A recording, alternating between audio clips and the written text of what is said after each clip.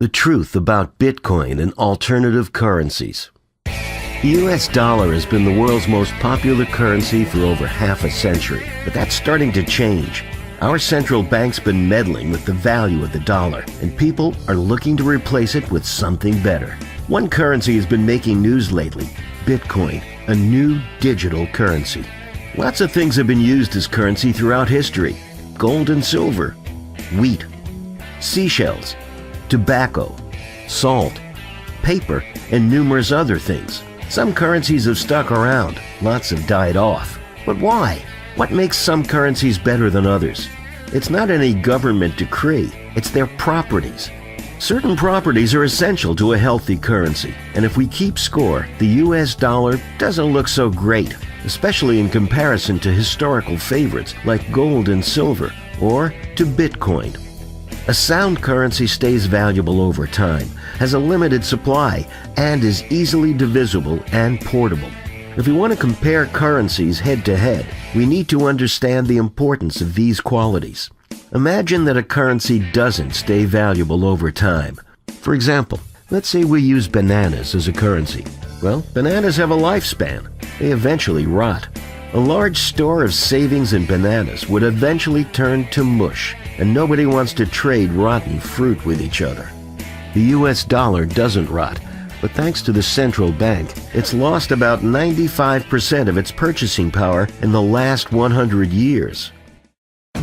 Gold and silver don't rot either. They're durable and have a long history of being valuable.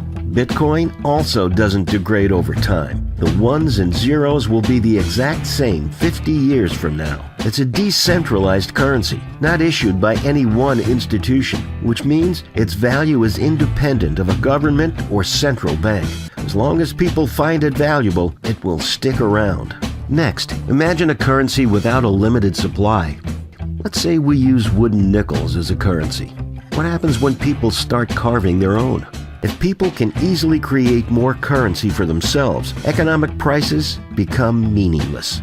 Since the 1970s, the US dollar has had anything but a limited supply. The central bank has created trillions of dollars out of thin air, devaluing everybody else's dollars in the process. In contrast, the supply of gold and silver has been relatively constant for the last few millennia. Bitcoin also has a stable supply. In fact, at any given time, we know almost exactly how many exist and at what rate they will be produced in the future. No more than 21 million bitcoins will ever be created. It's written straight into the code. Counterfeiting might also increase the supply of currency by defrauding people. The only difference between money printing and counterfeiting is who's behind it. The result is the same. Fortunately, it's difficult for citizens to counterfeit US dollars, gold, or silver. But what about something digital like Bitcoin? It uses mathematical cryptography and a public ledger called the blockchain to make it impossible to counterfeit. Picture a currency which does not divide easily. What if cows were used as a currency? How would you pay for something like a loaf of bread? A cow is worth much more than one loaf of bread, and it would be very difficult to divide a cow into small enough units to make a fair trade.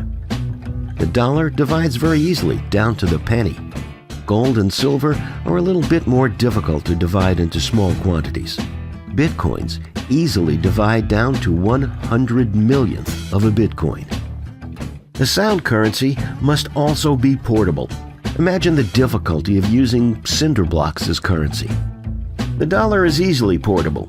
Gold and silver are less portable, though on a gold standard, people usually carry around paper, which is redeemable in the metals. And bitcoins can be sent anywhere in the world with internet access instantly, regardless of the size of the transaction, and at almost no cost. So how do these currencies match up against each other? You decide for yourself.